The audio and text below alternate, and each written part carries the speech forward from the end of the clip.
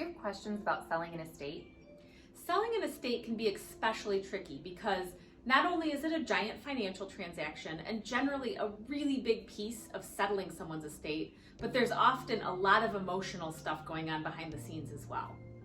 So first, let's talk about a few things, the practical sides of selling an estate. The first thing is we're going to need to find out who the decision maker is. And this can happen in a couple different ways. First of all, if the property is owned in trust, then we're going to look at the certificate of trust and see who the successor trustee is. That's going to be the signer.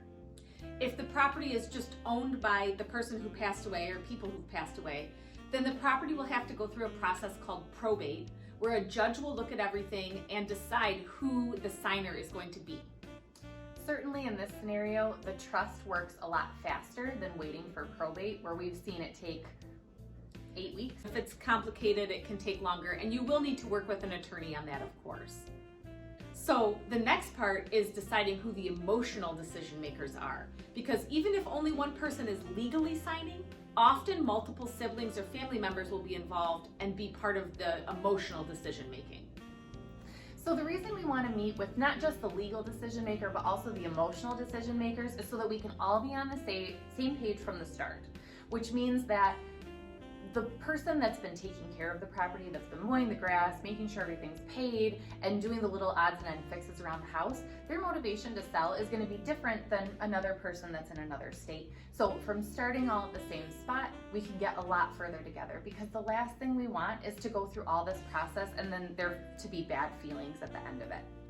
There are also several different ways to sell an estate. Many people just decide to clean out the property and sell it as is.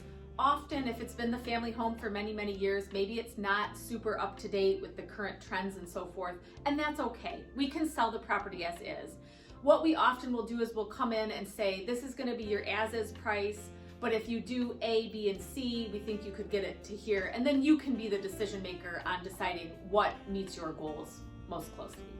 And really what the goals are for the estate in general. Are there other debts that need to be paid, or is it all just going to go to settle it? We also want to make sure that if there is still a mortgage, that that's being paid on time, and also that the utilities are being maintained on the property. So if you or your family are going through this process and you have some more questions, we would love to help you, advise you, and walk you through the process. We've done it many, many times before. So feel free to call us at the number down below, and we'll look forward to hearing from you.